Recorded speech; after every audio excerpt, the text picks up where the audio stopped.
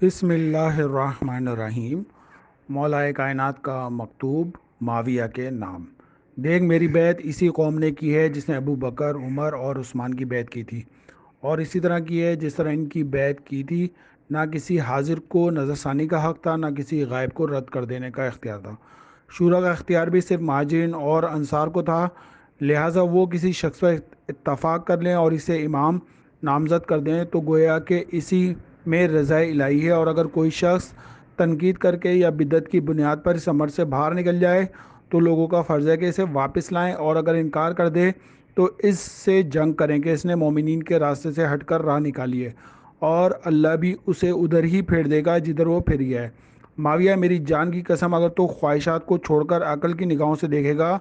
تو مجھ سے سب سے زیادہ خون عثمان سے پاک دامن پائے گا، اور تجھے معلوم ہو جائے گا کہ میں اس مسئلے سے بالکل الگ تھلگ تھا، مگر یہ تو حقائق کی پردہ پوشی کر کے الزام ہی لگانا چاہیے کہ تجھے مکمل اختیار رہے۔ اس کے بارے میں جو ذیشان جوادی صاحب نے ایک فٹ نوٹ لکھا ہے کہ امام علیہ السلام کی حیثیت یہ نہیں تھی کہ آپ پر دونوں طرف سے دباؤ پڑ رہا تھا۔ انقلابیوں کا خیال تھا کہ اگر آپ بیعت قبول کر لیں تو عثمان کو بآسانی موصول کیا جا سکتا ہے، اور عثمان کا خیال تھا کہ آپ چاہیں تو انقلابیوں کو ہٹا کر میرے منصب کا تحفظ کر سکتے ہیں اور میری جان بچا سکتے ہیں۔ ایسے حالات میں امام علیہ السلام نے جس ایمانی فراست اور عرفانی حکمت کا مظاہرہ کیا، اس سے زیادہ کسی فرد بشر کے امکان میں نہیں تھا۔ اما بعد، میرے پاس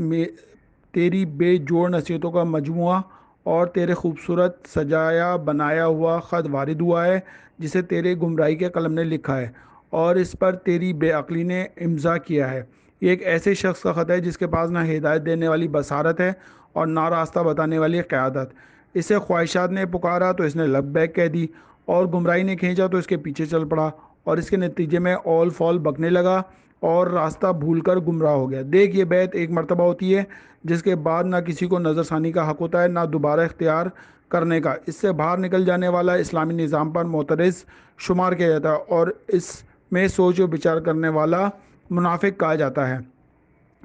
قریش کے بارے میں ایک فرمایا کہ ذیشان جاوادی صاحب نے، قریش کی زندگی کا سارا نظام قبائلی بنیادوں پر چل رہا تھا اور ہر قبیلے کو کوئی نہ کوئی حیثیت حاصل تھی، لیکن اسلام کے آنے کے بعد ان تمام حیثیتوں کا خاتمہ ہو گیا، اور اس کے نتیجے میں سب نے اسلام کے خلاف اتحاد کر لیا اور مختلف مارکے بھی سامنے آ گئے، لیکن پروردگار عالم نے رسول اکرم کے گھرانے کے ذریعے اپنے دین کو بچا لیا، اور اس میں کوئی قبیلہ بھی ان کا شریک نہیں، اور نہ کسی کو یہ شرف حاصل ہے، نہ کسی قبیلے میں کوئی ابو طالب جیسا محافظ پیدا ہوا ہے اور نہ ہی عبیدہ جیسا مجاہد، نہ کسی قبیلے نے حمزہ جیسا سید الشہداء پیدا کیا ہے اور نہ جعفر طیار جیسا۔ یہ صرف بنی ہاشم کا شرف ہے، اور اسلام کی گردن پر ان کے علاوہ کسی کا کوئی احسان نہیں۔ یہ مکتوب نمبر 8 جو ہم نے ابھی پڑھا ہے، 7، اور اب یہ مکتوب نمبر 9، یہ بھی معاویہ کے نام ہے۔ ہماری قوم قریش کا ارادہ تھا کہ ہمارے پیغمبر کو قتل کر دے، ہمیں جڑ سے اکھاڑ کر پھینک دے۔ انہوں نے ہمارے بارے میں رنج اور غم کے اسباب فراہم کیے اور ہم سے طرح طرح کے برتاؤ کیے، ہمیں راحت اور آرام سے روک دیا اور ہمارے لیے مختلف قسم کے خوف کا انتظام کیا۔ کبھی ہمیں ناہموار پہاڑوں میں پناہ لینے پر مجبور کیا اور کبھی ہمارے لیے جنگ کی آگ بھڑکائی، لیکن پروردگار نے ہمیں طاقت دی کہ ہم نے ان کے دین کی حفاظت کریں اور ان کی حرمت سے ہر طرح سے دفاع کریں۔ ہم میں صاحب ایمان اجر آخرت کے طلبگار تھے، اور کفار اپنی اصل کی حمایت کر رہے تھے۔ قریش میں جو لوگ مسلمان ہو گئے تھے وہ ان مشکلات سے آزاد تھے،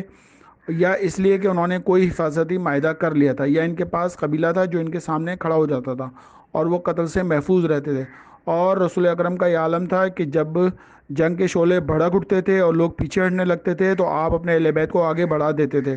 اور وہ اپنے آپ کو سپر بنا کر اصحاب کو تلوار اور نیزوں کی گرمی سے محفوظ رکھتے تھے۔ چنانچہ بدر کے دن جناب عبیدہ بن الحارث مارے گئے، احد کے دن حمزہ سید الشہداء شہید ہوئے، اور مطعم جعفر طیار جو ہے وہ شہید ہوئے۔ ایک شخص نے جس کا نام میں بتا سکتا ہوں انہی لوگوں جیسی شہادت کا قصد کیا تھا، لیکن ان سب کی موت جلدی آ گئی اور اس کی موت پیچھے ڈال دی گئی۔ کس قدر تعجب خیز ہے کہ زمانے کا یہ حال ہے کہ میرا مقابلہ ایسے افراد سے ہوتا ہے جو کبھی میرے ساتھ قدم ملا کر نہیں چلے، اور نہ اس دین میں ان کا کوئی کارنامہ ہے جو مجھ سے موازنہ کیا جا سکے، مگر یہ کوئی مدی کسی ایسے شرف کا دعویٰ کرے جس کو نہ میں جانتا ہوں اور نہ جو ہے شاید خدا ہی جانتا ہے، مگر بہرحال ہر حال میں خدا کا شکر ہے کہ رہ گیا تمہارا یہ مطالبہ کہ میں قاتلان عثمان کو تمہارے حوالے کر دوں۔ تو میں نے اس مسئلے میں کافی غور کیا، میرے امکان میں انہیں نہ تمہارے حوالے کرنا ہے نہ کسی اور کے۔ میری جان کی قسم اگر تم اپنی گمراہی اور دعوت سے باز نہ آئے تو عنقریب انہیں دیکھو گے کہ یہ تمہیں بھی ڈھونڈ لیں گے، اور اس بات کی زحمت نہ دیں گے کہ تمہیں انہیں خشکی یا تری پہاڑ یا صحرا میں تلاش کرو۔ البتہ یہ وہ طلب ہوگی جس کا پالینا باعث مسرت نہ ہوگا، اور وہ ملاقات ہوگی جس سے کسی طرح کی خوشی نہ ہوگی، اور اسلام اس کے اہل پر ہے۔ اس کا جو 10واں پارٹ ہے مکتوب کا، اس کے بارے میں جو معاویہ کے نام ہے: اس وقت کیا کرو گے جب اس دنیا کے سارے لباس تم سے اتر جائیں گے، جس کی زینت سے تم نے اپنے آپ کو آراستہ کر رکھا ہے، اور جس کی لذت نے تم کو دھوکے میں ڈال دیا ہے؟ اس دنیا نے تم کو آواز دی تو تم نے لبیک کہہ دی، تمہیں کھینچنا چاہا تو تم کھینچے چلے گئے، اور اس کے احکام کی اطاعت کرتے رہے۔ قریب ہے کہ کوئی بتانے والا تمہیں ان چیزوں سے آگاہ کرے جن سے کوئی سپر بچانے والی نہیں، لہذا مناسب ہے کہ اس دعوے سے باز آ جاؤ اور حساب کتاب کا سامان تیار کر لو، آنے والی مصیبتوں کے لیے کمر بستہ ہو جاؤ، اور گمراہوں کو اپنی سماعت پر حاوی نہ بناؤ، ورنہ ایسا نہ کیا تو میں تمہیں ان تمام چیزوں سے باخبر کر دوں گا جن سے تم غافل ہو۔ تم عیش و عشرت کے دلدہ ہو، شیطان نے تمہیں اپنی گرفت میں لے لیا ہے اور اپنی امیدوں کو حاصل کر لیا ہے، اور تمہارے رگ اور پے میں روح اور خون کی طرح سرایت کر گیا ہے۔ معاویہ، آخر تم لوگ کب رعایا کی نگرانی کے قابل اور امت کے مسائل کے والی تھے، جبکہ تمہارے پاس نہ کوئی سابقہ شرف ہے اور نہ کوئی بلند و بالا عزت؟ ہم اللہ سے تمام دیرانہ بدبختیوں سے پناہ مانگتے ہیں اور تمہیں باخبر کرتے ہیں کہ خبردار، امیدوں کے دھوکے میں اور ظاہر اور باطن کے اختلاف میں مبتلا ہو کر گمراہی میں دور تک مت چلے جاؤ۔ تم نے مجھے جنگ کی دعوت دی ہے تو بہتر یہ ہے کہ لوگوں کو الگ کر دو اور بذات خود میدان میں آ جاؤ، فریقین کو جنگ سے معاف کر دو، اور ہم تم براہ راست مقابلہ کر لیں گے تاکہ تمہیں معلوم ہو جائے کہ کس کے دل پر زنگ لگ گیا ہے اور کس کی آنکھوں پر پردے پڑے ہوئے ہیں۔ میں وہی ابو الحسن ہوں جس نے روز بدر تمہارے نانا عتبہ بن ربیعہ، ماموں ولید بن عتبہ اور بھائی حنظلہ کا سر توڑ کر خاتمہ کر دیا تھا، اور ابھی وہ تلوار میرے پاس ہے، اور میں اسی ہمت اور قلب کے ساتھ دشمن کا مقابلہ کروں گا۔ میں نے نہ دین تبدیل کیا ہے اور نہ نیا نبی اختیار کیا ہے، میں اسی راستے پر چل رہا ہوں جسے تم نے اختیاری حدود تک چھوڑ رکھا ہے اور پھر مجبوراً داخل ہو گئے۔ تمہارا خیال ہے کہ تم خون عثمان کا بدلہ لینے آئے